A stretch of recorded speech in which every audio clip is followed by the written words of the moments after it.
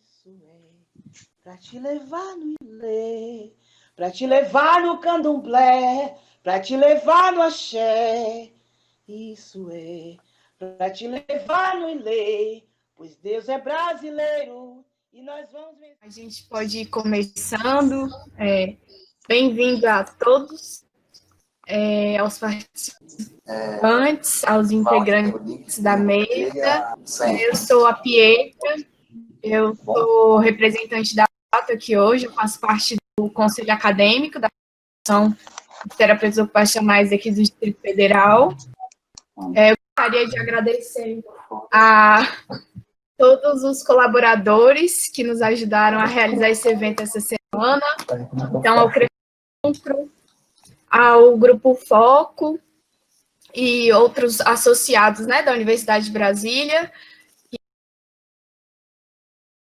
que tem nos ajudado nesse evento. Muito obrigada, mesa, por estarem aqui, terem aceitado o nosso convite.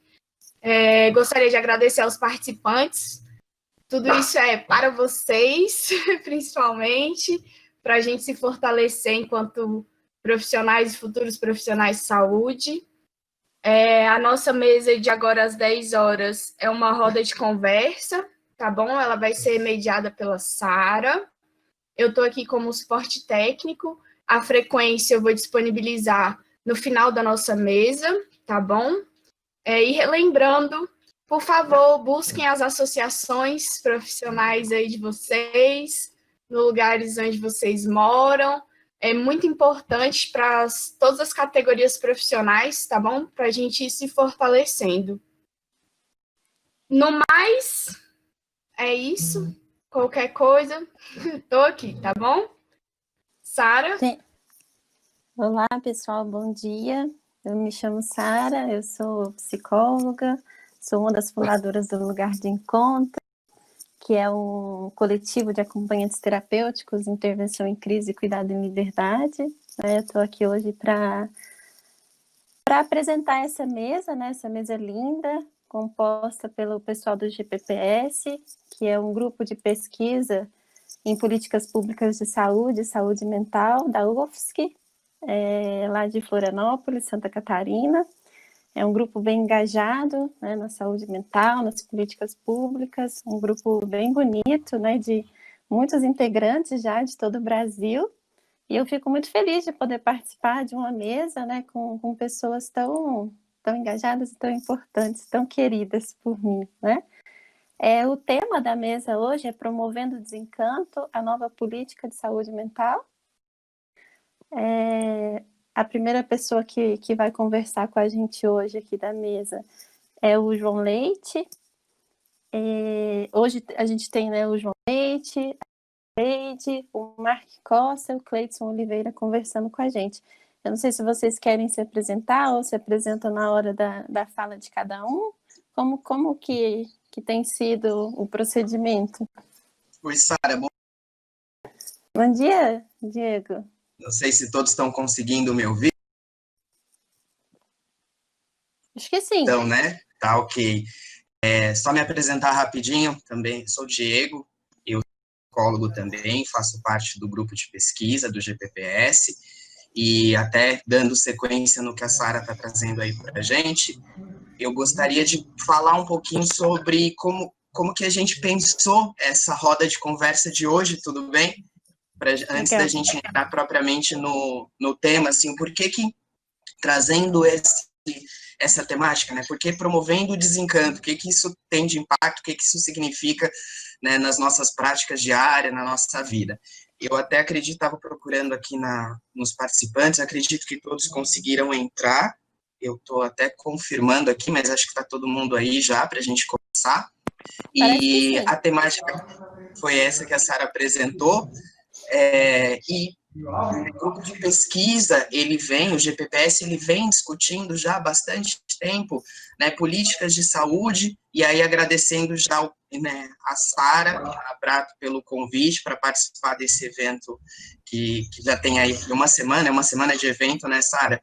Então, a gente já, primeiramente, quero agradecer o convite em nome do GPPS para a gente estar aqui com vocês, e dizer que, assim, quando nós começamos a pensar, né, no tema dessa roda, foi muito importante assim, a questão disparadora, né, de com a nova política, qual seria o papel do sujeito, como que ficam os serviços, né, como que ficam as pessoas, os usuários dentro desse serviço. Porque se a gente parar para pensar na história da reforma psiquiátrica e da política de saúde mental no Brasil, né, com a estruturação da reforma, o usuário, as pessoas, os trabalhadores, eles passaram a ter novas configurações, novas práticas, novas formas de se relacionar, onde o usuário, onde a pessoa que sofreu um transtorno, ela passa a ter um papel importante dentro da política, né? Desde a sua construção, constituição, até mesmo as decisões que vão ser tomadas a partir daí. E aí a gente teve um avanço muito grande em termos de construção de serviço, de ações, né, em termos de atuação mesmo. E aí, ali em 2016, 2017, com essa nova proposta, algumas coisas começaram a mudar. E aí, os nossos convidados estão aí justamente para trazer para a gente um pouco desse olhar de como que ficou a partir dessa nova estruturação, a partir dessa nova... O que teve, então, né, vou lançar aí essa pergunta disparadora, o que teve de impacto dos usuários de serviços, dos familiares, até mesmo dos trabalhadores, com a estruturação da nova política? Nós vemos hoje, com a chamada nova política, que até um certo momento, até, digamos, 2016, nós tínhamos uma política razoavelmente bem desenvolvida, e o movimento da reforma psiquiátrica, desde a década de 70, ele vinha com muita força.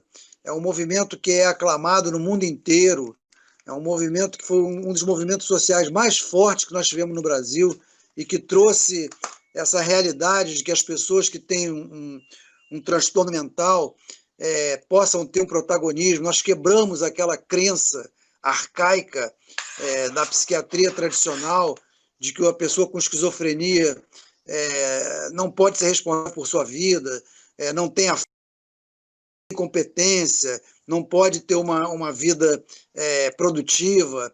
Isso começou a ser quebrado na década de 70 pela ciência, pela própria psiquiatria, né? Foram psiquiatras mesmo de outra linha, de outra corrente que começaram a quebrar essa crença arcaica da psiquiatria de Kraepelin, do século XIX, do começo do século XX, e nós fizemos disso uma realidade no Brasil.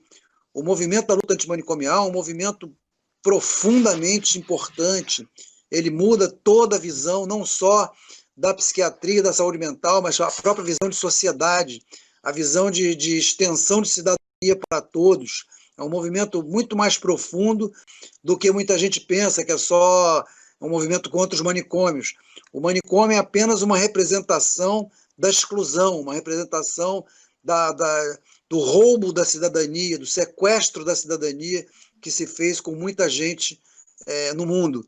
E esse movimento floresceu no Brasil de uma maneira fantástica, chegando onde nós estamos hoje. Mas em 2017 houve uma quebra fatal ali, trazida não só pela saúde mental. A gente tem que entender sempre a saúde mental e a saúde como parte da sociedade como um todo. Em 2016 houve uma ruptura da cidadania social em geral, em tudo. Começou a precarização do trabalho, reforma trabalhista, reforma da Previdência, tudo isso ganhou força, nunca deixou de estar lá, né? Sempre foi um conflito, a reforma sempre foi atacada, sempre foi boicotada, sempre foi desfinanciada, o SUS também, mas em 2016, 2017, isso tomou um vulto de muita força, e aí instaurou-se essa coisa chamada nova política da saúde mental. E aí eu queria cumprimentar o Diego pela ideia que teve de dizer, vamos discutir o sujeito nessa nova política. O Diego trouxe muito essa bandeira, por isso que hoje ele está chamando a atenção para isso. Vamos discutir o lugar do sujeito, porque enquanto o lugar do sujeito na política que nós tínhamos até então era de protagonismo, era de cidadão, era de pessoa participante na sociedade, na nova política, o lugar do sujeito é fora dela. O lugar do sujeito é um lugar de paciente, ele volta a ser aquele paciente, ele volta a ser aquele tutelado. O lugar dele é o lugar do cara para o qual você pode prescrever um eletrochoque e achar que até pode usar como punição. O lugar do sujeito é um lugar onde você perde uma bandeira que a gente tinha, que era de segregar o mínimo possível, de não colocar as pessoas sequestradas dentro de manicômios e colocá-las novamente dentro desses estabelecimentos asilares. A nova política, para quem quiser conhecer bem, é só clicar no Google, nova política, vai aparecer. É um conjunto de lei, de normativas e portarias, legislações ali de pequeno alcance, mas de grande alcance dentro do Ministério da Saúde, que você vai encontrar ali entre 2016 e 2019. Para entender bem o que ela propõe, se você não tiver tempo de ler tudo, direto na nota técnica número 11 de 2019, você vai ver ali inequivocamente o que é que o Ministério da Saúde passa a levantar como bandeira. E nessa nova política não foram consultados os principais sujeitos. É por isso que eu digo que o lugar do sujeito é ao lado de fora, porque a nova política nasceu inteiramente da cabeça de 2 ou 3 pessoas que tomaram lá o Ministério da Saúde, hoje o Ministério da Cidadania, que foram o atual deputado Osmar Terra e o coordenador de saúde mental. E a coisa foi tão escandalosa que nem mesmo a equipe do Ministério da Saúde, da Coordenação de Saúde Mental, foi convocada para discutir a chamada nova política.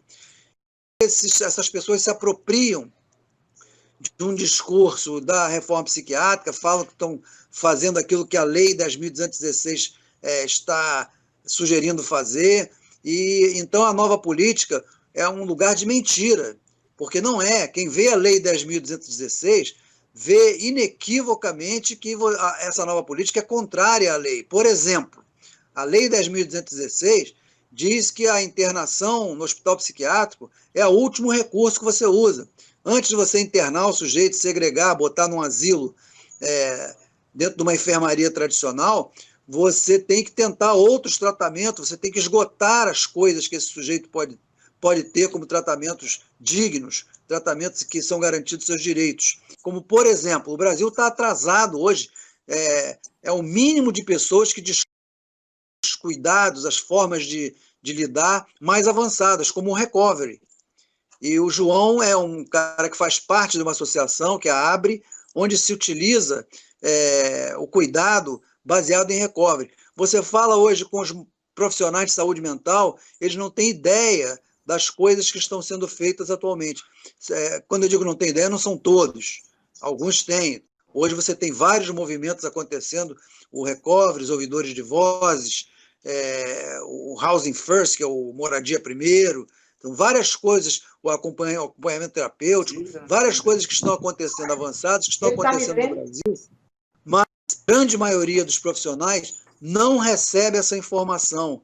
Essa informação é boicotada, inclusive, dentro de organizações que estão dentro da reforma psiquiátrica, por equívocos, por achar que é uma coisa americanizada e coisa e tal. E hoje nós trouxemos também, não sei se já está aí, Diego, que eu consigo ver aqui quem está, o doutor Mark Costa, da Universidade de Yale, que também trabalha com serviço, que pode falar da política de Estado nos Estados Unidos, que hoje se coloca no estado de Connecticut, para utilizar essas novas técnicas e que mostram a disparidade, o atraso, como é que o Brasil, com essa nova política, avança na direção contrária da ciência, no retrocesso, avança contra tudo que se estabelece de direito de cidadania.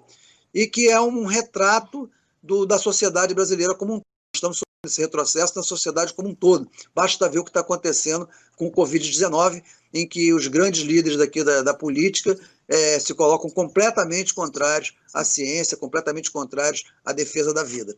Era isso que eu queria introduzir. Agradeço.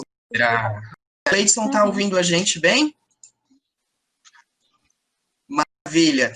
Então, vou pedir para você começar trazendo um pouco com essa pergunta disparadora, a partir da nova política de saúde mental, como que fica, então, o papel do sujeito, como que você tem vivenciado isso nos espaços que... Eu, como usuário da rede de atenção psicossocial, tenho passado por muitas dificuldades nessa atual política.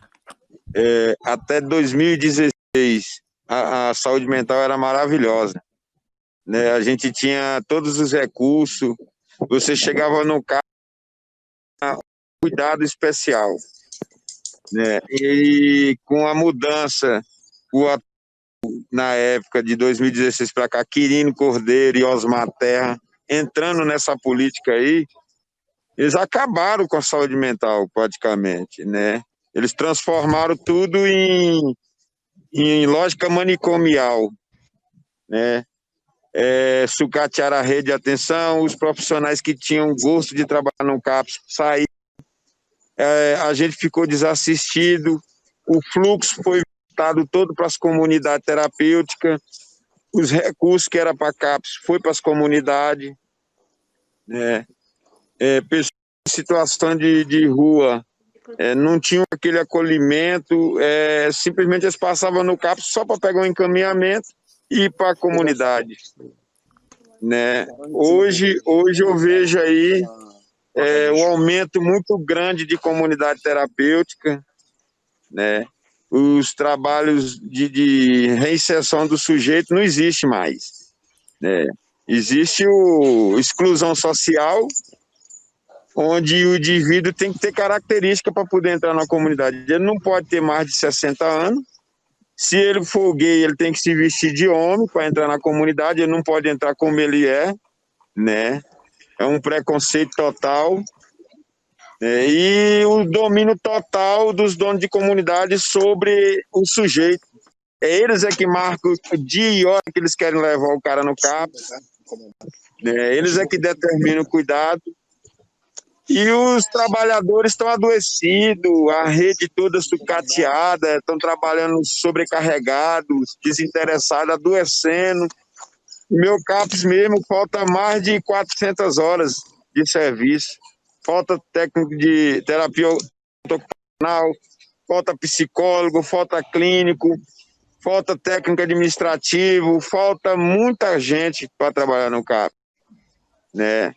Então, atualmente, a política de saúde mental proposta aí não representa as pessoas que precisam, né? Principalmente aqui em Brasília, que era para ser modelo, exemplo.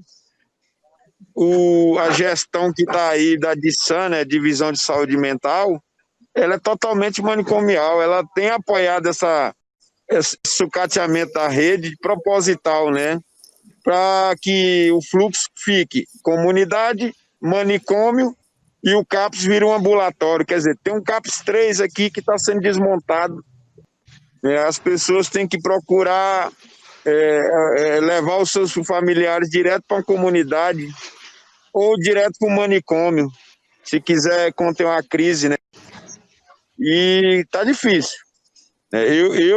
Se eu não sou bem tratado lá atrás, talvez hoje eu teria recaído. Hoje eu estaria aí na rua também usando álcool e droga. Mas esse foi o azar deles, né? Ter deixado eu conhecer o CAPS antes dos retrocessos. E aí, essa situação me transformou num lutador, em alguém que tem preocupação de melhorar a rede, né? E estou aí na luta, reclamando de uma coisa ou outra, reclamo da limpeza do carro, reclamo da forma que eles cuidam dos usuários, reclamo se tem muito dono de comunidade dentro do CAPS, eu peço para que tire esse fluxo, lugar do usuário. Lugar dos usuários se sentir bem acolhido. Não é lugar de estar querendo, eles estão querendo transformar o CAPS em ambulatório. E querendo números. Quer dizer, vai 200 pacientes só para fazer número. O psiquiatra atende com menos de 10 minutos uma consulta do psiquiatra, né? Então, a situação está caótica. Vou dizer logo assim, a situação está caótica para a saúde mental aqui no Distrito Federal. Silene conseguiu acessar, está ouvindo a gente, Ledi? Tô sim, bom dia, meu povo, meu companheiros da luta manicomial, tô ouvindo muito bem.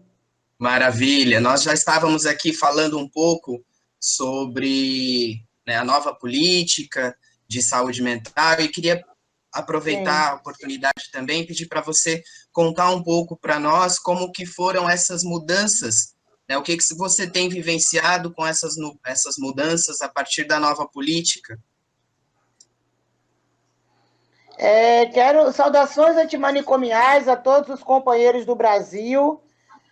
Obrigado pelo convite, né, a vocês, companheiro Walter, de tantas andanças que tivemos nesse Brasil inteiro, né? Um grande companheiro, estamos aí lado a lado nessa luta. É o seguinte, realmente a política de saúde mental é uma política realmente muito séria, né? Porque eles voltam a querer todo o retrocesso, né? De que nós voltemos até o manicômio. Só, companheiro Walter, que eu venho aqui com uma fala hoje para todos vocês de autoafirmação de que manicômio não cura. Manicômio tortura, e eu tive 7 vezes no manicômio, né? Agora, no dia 8 de maio, faz 10 anos que eu fui internada pela última vez na minha vida, né? Na minha vida, que é transformar o Hospital Juliano Moreira num grande projeto de arte, né? Eu sou atriz dos Incênicos, atriz do Holocausto, uma das coordenadoras do grupo Papo de Mulher, que lidera com violência contra a mulher, com transtorno mental, com apoio da Defensoria Pública da Bahia.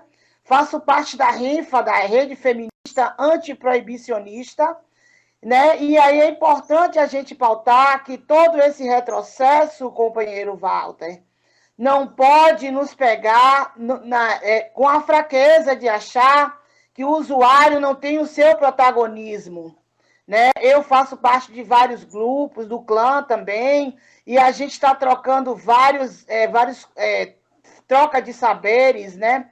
Aonde a possibilidade de sabermos que somos um barco, né?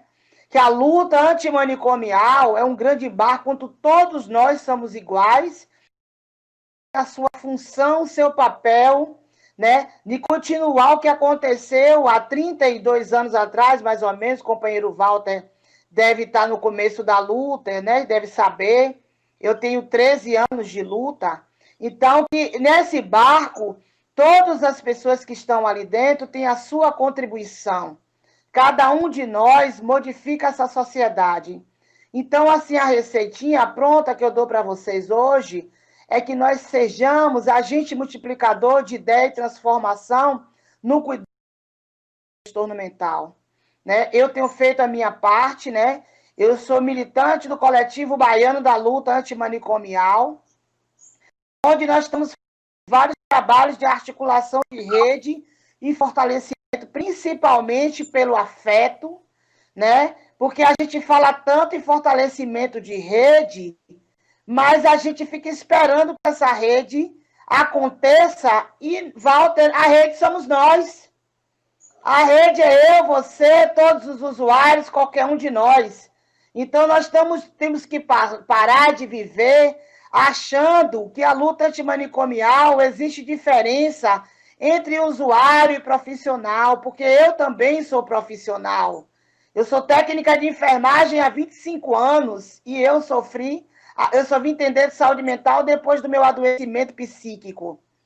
Então, é muito importante pautar que, para todo esse retrocesso, a gente tem que respeitar e valorizar o SUS, né? Que é um projeto dos movimentos sociais, é uma luta e uma conquista, e com esse Covid vem mostrando o que está acontecendo, né, com os profissionais de saúde e de outras áreas, e mostrando à humanidade como se sentir no manicômio, porque todo mundo agora está preso dentro de casa e está desenvolvendo várias questões psíquicas, mas não devemos patologizar, né, as pessoas achando que tem transtorno mental, e sim despertar nos usuários, nas pessoas que já têm o diagnóstico, que é uma patologia como qualquer outra. A diabetes, a hipertensão é tratada com naturalidade. Mas, professor Walter, quando a gente fala da loucura, o estigma e o preconceito perpassa muito mais do que o cuidado e o afeto. Então, aqui a gente na Bahia, a gente tem trabalhado muito, né? Eu, meu grupo, Papo de Mulher, a AMIA, todos os movimentos que eu faço parte, a gente tem feito várias articulações, né, dessa rede que não caminha, mas que a gente faz caminhar, de não ter apoio político com as políticas municipais de Salvador, para que os dispositivos das RAP funcionem. A gente aqui na Bahia, aqui em Salvador, a gente não tem centro de convivência e outros dispositivos de cuidado, mas a ajuda mútua é feita na Bahia, porque eu sou amiga de Eduardo Mourão e aprendi com ele e com tantos outros líderes dessa Bahia, né? Viva Marcos Vinícius e Edna Amado, mais tarde estarei fazendo uma fala para a UFBA, a Universidade Federal da Bahia, né? Que é o meu pai, Marcos Vinícius, foi professor de lá, porque eu sou fruto da reforma psiquiátrica. Eu fui parida por Marcos Vinícius e Edna Amado. Então, eu criei uma nova família dentro da luta, onde cada um tem o seu papel.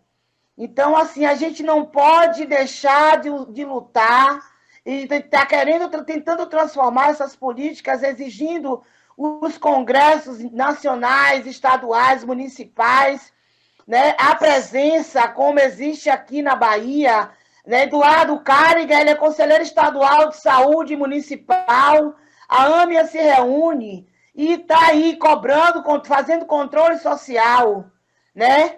O Papo de Mulher está fazendo controle social, os Incênicos estão fazendo controle social com a arte, como dispositivo de cuidado.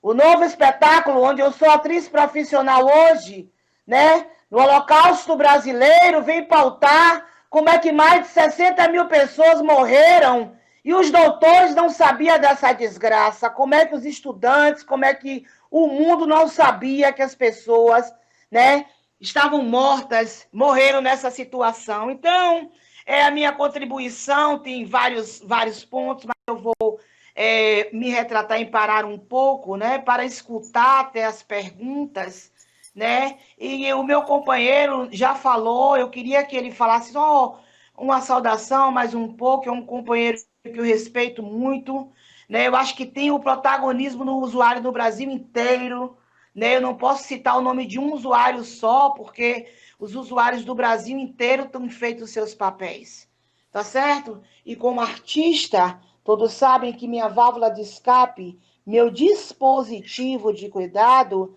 é a canção, tá certo?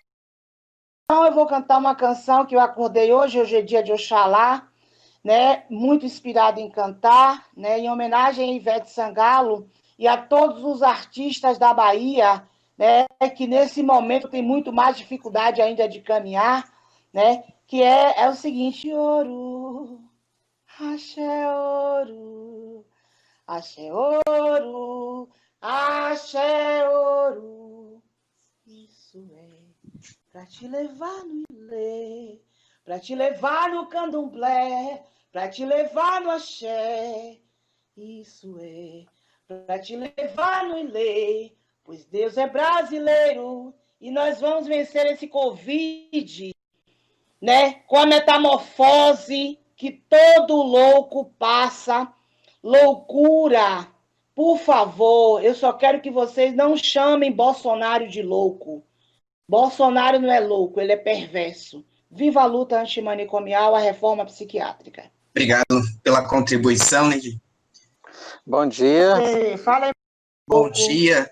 Quero convidá-lo, passar a palavra, então, para o Dr. Mark, trazer também para nós, porque diante de todo esse cenário que o Cleidson trouxe para a gente, com bastante propriedade, né, essa vivência e as experiências que eles têm vivenciado diariamente, é importante também trazer um pouco, né, desse cenário mundial e que existem outras práticas e outras ações acontecendo que fazem, de fato, saúde mental acontecer dentro do que a gente, né, vivenciou ali com a luta e reforma psiquiátrica, né, não só no Brasil, mas pelo mundo. Então, eu vi a palavra, doutor, para que possa dar continuidade aqui no nosso bate-papo.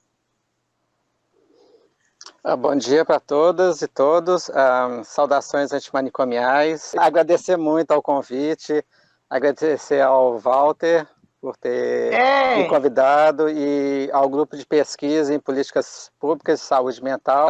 Eu estou aqui nos Estados Unidos há algum tempo, mas a minha formação ela é toda no Brasil e dentro da luta antimanicomial do Brasil, sabe? E fiquei muito feliz com a saudação da Edisleide ao Marcos Vinícius, a Edinha, companheiros importantes com quem eu militei aí na década de 90 e nos anos 2000 no Brasil. Eu acho que uma coisa que precisa ser dita é que a questão não é apenas a desconstrução da reforma psiquiátrica. Eu acho que esses governos, tanto aqui nos Estados Unidos, do Trump, quanto o governo do Bolsonaro, eles têm eles têm travado uma guerra pela desconstrução do Estado, sabe? E eu acho que a gente tem que pensar em como estabelecer estratégias. Eu não estou ouvindo nada, me bote no estúdio. Diante dessa ideia de desconstrução do Estado, que é colocada por esses governantes. Eu acho que a reforma psiquiátrica que foi construída no Brasil em 20 anos construiu uma rede extremamente potente que não se desfaz facilmente, né? Apesar dessa luta do governo Bolsonaro para desconstruir o Estado brasileiro e desconstruir o SUS, não é?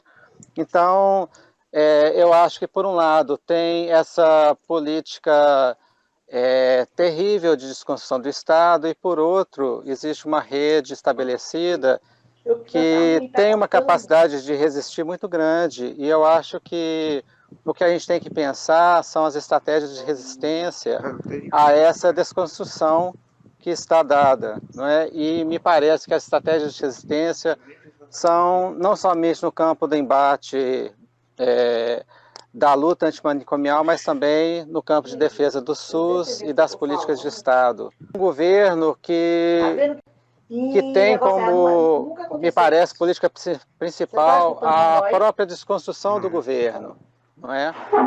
E eu acho que diante desse cenário de um governo que não quer avançar nenhuma estratégia ou nenhuma política pública, muito antes pelo contrário, ele tem como objetivo principal a desconstrução do próprio governo, eu acho que a estratégia ela se constrói muito dentro das políticas locais de saúde e das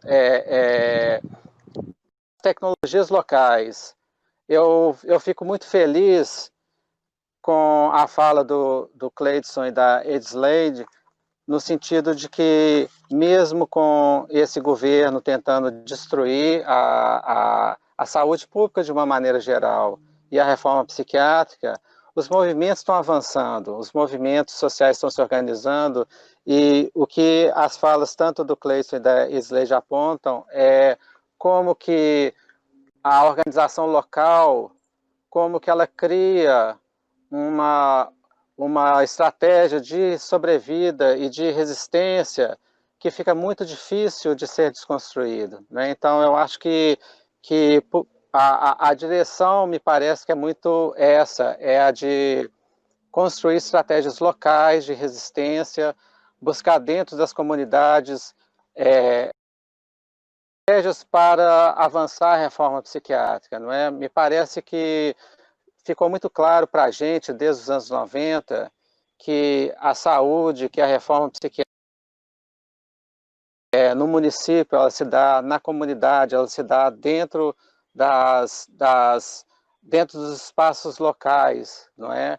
Dentro da construção de movimentos sociais, em comunidades, em bairros, em regiões, micro-regiões, coisas que começam do espaço menor para o macro, não é? E me parece que fortalecimento de organizações locais, de movimentos sociais a nível local, são formas de de dar continuidade à reforma psiquiátrica. Eu acho que é isso que a gente precisa avançar, apesar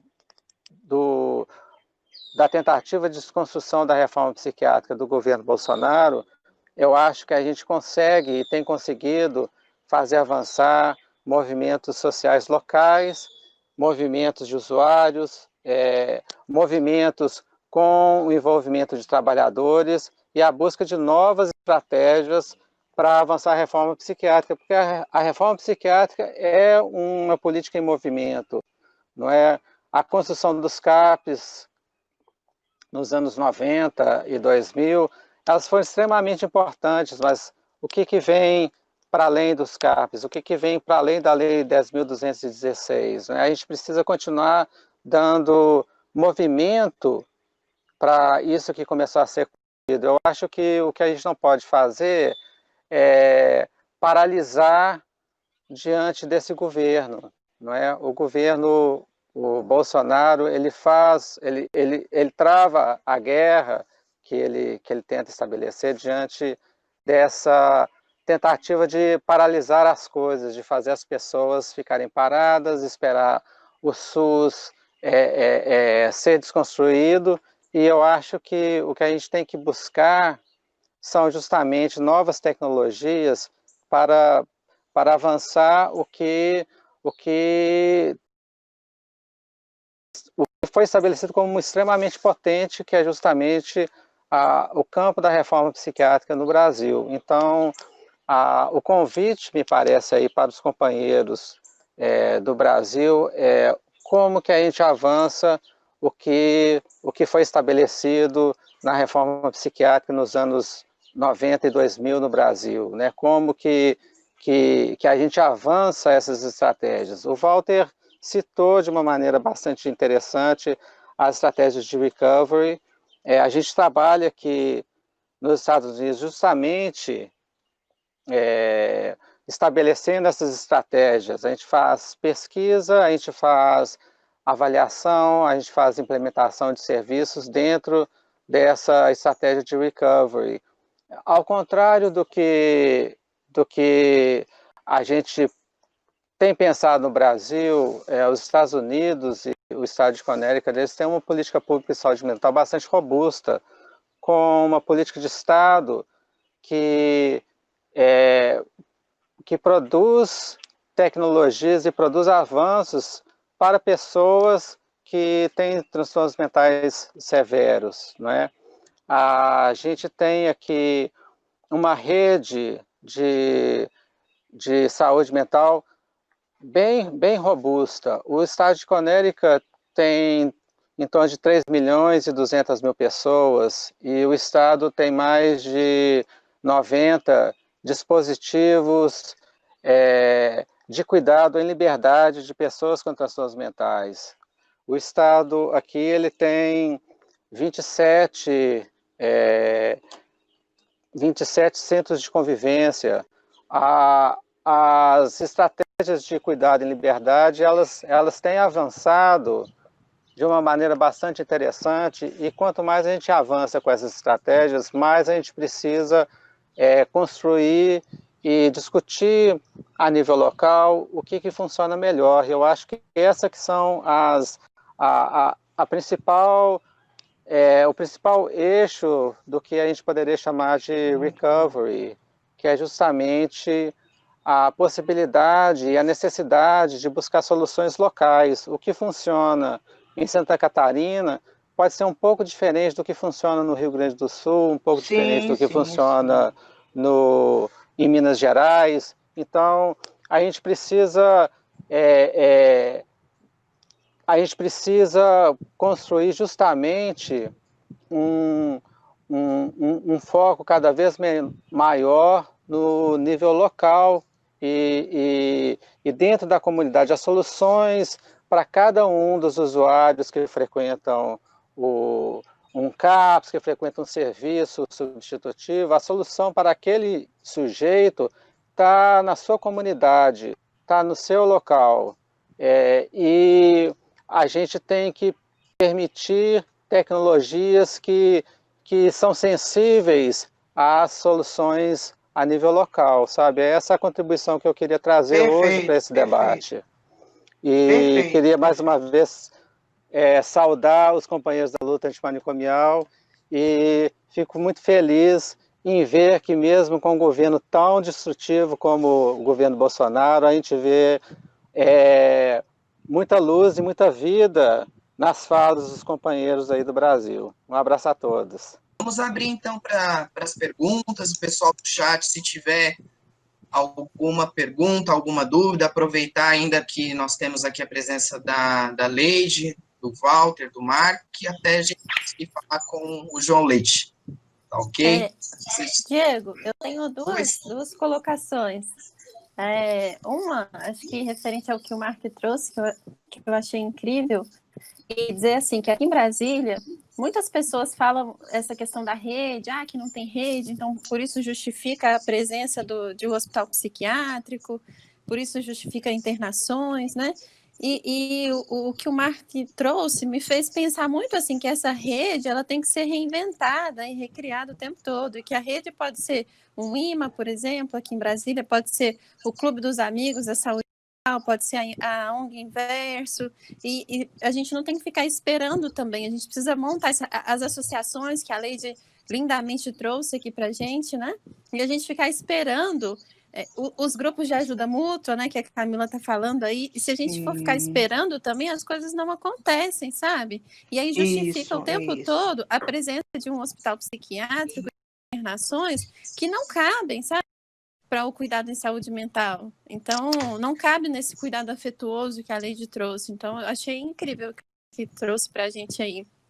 A outra coisa que eu queria colocar é que quando o Cleiton e o Walter trazem, né, da questão da nova política, inclusive o Walter falou que foi algo costurado ali por pouquíssimas pessoas, 3, 4 pessoas, o Cleiton, né, e eu estivemos lá, né, na Câmara dos Deputados, no constituída a política e tudo mais, e a gente foi simplesmente de lá, sabe? Assim, eu posso dizer com clareza e dizer da minha experiência, porque eu vivi isso. Nós não fizemos parte, não podemos participar. A gente estava lá com vários usuários e eles simplesmente não quiseram ouvir. Nós fomos, inclusive, proibidos de entrar na Câmara, né? E, enfim, vários outros lugares. Para contar um pouquinho desse depoimento para vocês, tá bom? Obrigada. Obrigado, Sara. Aqui uma primeira pergunta, tá? Para o Mark, né, Recovery, que por que o movimento do Recovery avança tão lentamente dentro do cenário da reforma psiquiátrica no Brasil? Eu acho, Cristina, que essa é a minha experiência pessoal, eu acho que são 2 aspectos, talvez o mais importante é o conceito de desabilidade e como que a luta antimanicomial e a reforma psiquiátrica no Brasil lidou com esse conceito, sabe? Eu participei do começo, nos anos 90, eu fiz residência em psiquiatria no Brasil em 90 e participei ativamente da luta antimanicomial no Brasil, com Marcos Vinícius, com a Turma do Rio, com toda essa discussão. E naquela época a gente acreditava na reabilitação psicossocial, e a reabilitação ela tem um conceito de que a pessoa ela tem um sofrimento psíquico grave, ela passa por um cuidado em liberdade, ela se reabilita e ela, então, ela retorna para a comunidade, sabe? Então, é um processo que eu chamaria de reabilitação, sabe? E a gente construiu, e as tecnologias da reforma psiquiátrica brasileira, elas foram construídas em essa ideia de reabilitação e reinserção social. Eu acho que a gente viu aqui nos Estados Unidos e na Europa, em muitos países da Europa, um avanço na direção do conceito de desabilidade, sabe? E esse conceito, ele trabalha com a lógica de que a vida segue, sabe? A gente tem que construir estratégias para que a pessoa possa viver independente do sofrimento que ela tem, sabe? Independente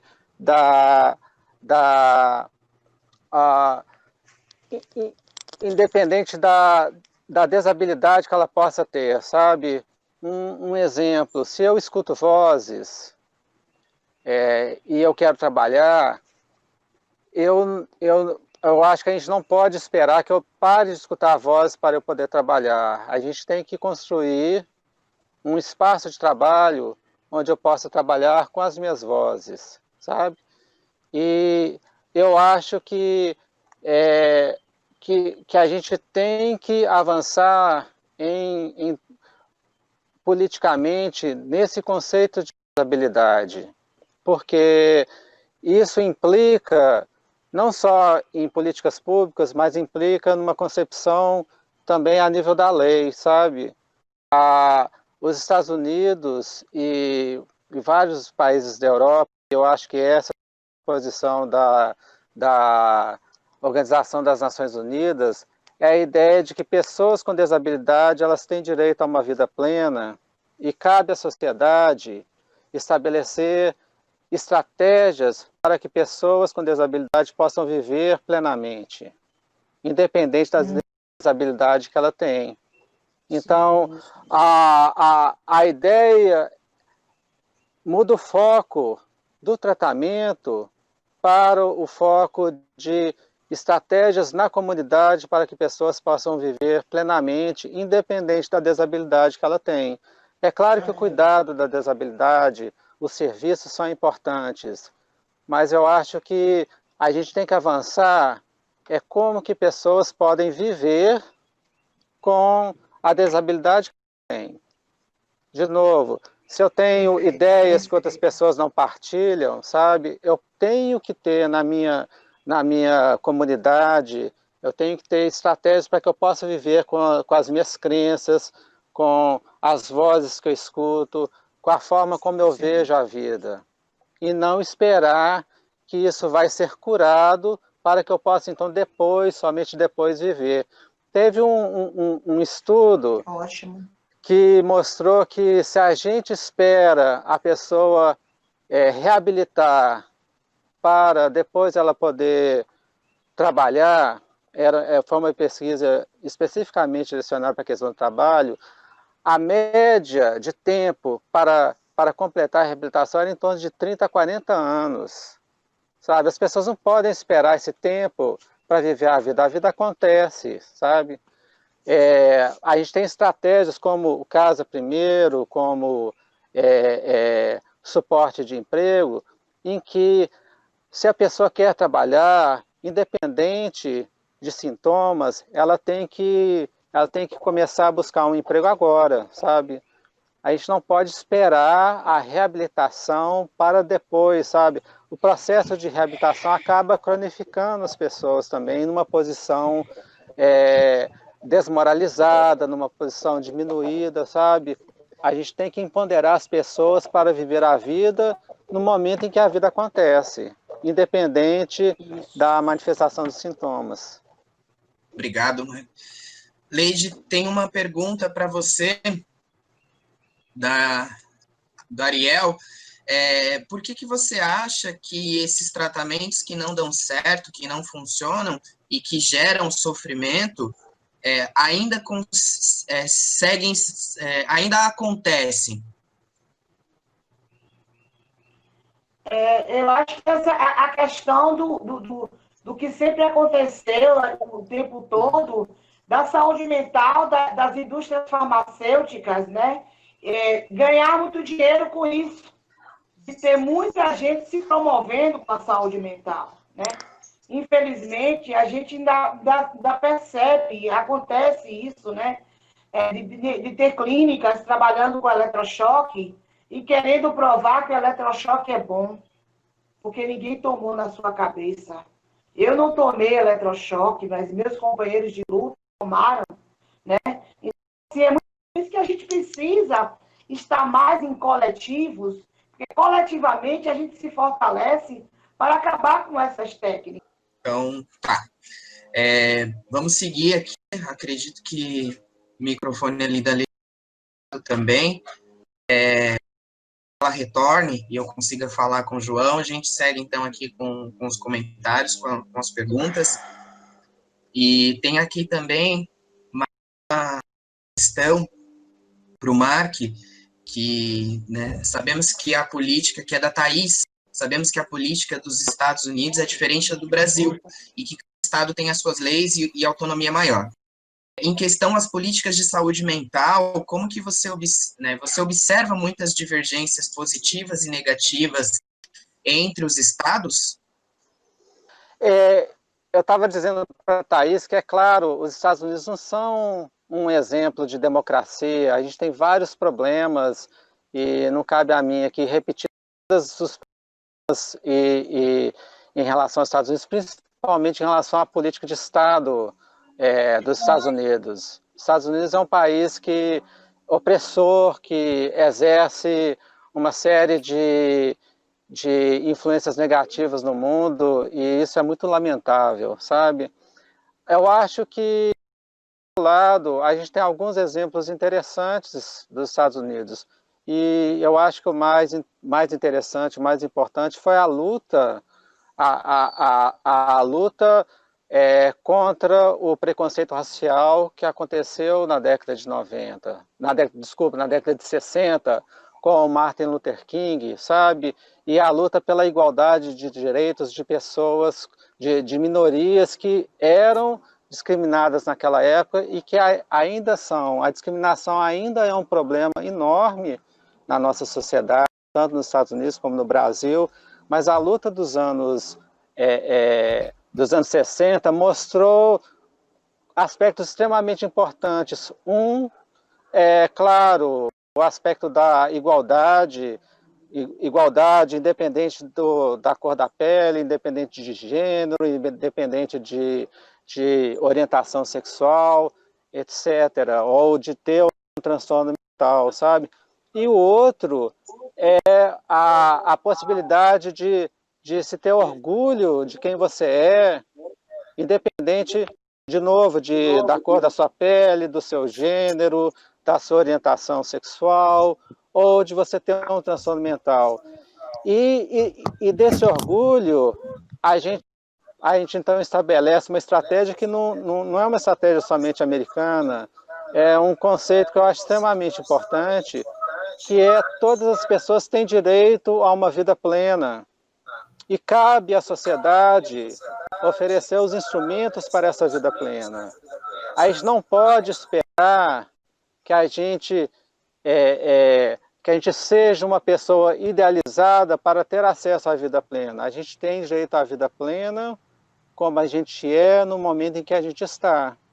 E cabe, então, nós, sociedade, nós, trabalhadores da saúde mental, nós, pesquisadores da saúde mental, construir e desenvolver os instrumentos necessários para que as pessoas tenham a vida plena, sabe? O Khaled está aí conosco. Como que tem sido aí na comunidade as ações dos trabalhadores acontecidas? Conta um pouco para a gente. A experiência daqui da Bahia é o seguinte: nós temos o coletivo baiano da luta antimanicomial, que são formados por núcleos. Houve-se a necessidade de formar esse coletivo com a injustiça, a desgraça que foi do assassinato do psicólogo Marcos Vinícius, que até hoje não tem nenhum relato da justiça quem matou o Marcos Vinícius, né? Então, assim, eu tinha uma ligação muito forte, porque quando eu me descobri militante, comecei a me organizar, né? A minha primeira marcha de usuários a Brasília, onde eu intitulei meus pais Marcos Vinícius e Edna Amado, né? A morte de meu pai na Bahia, né, causou uma dor que formou-se um coletivo. Então, esse coletivo baiano, ele existe com núcleos, que são vários núcleos, que é o Papo de Mulher, a AMIA, grupos LGBTs, é um coletivo da luta antimanicomial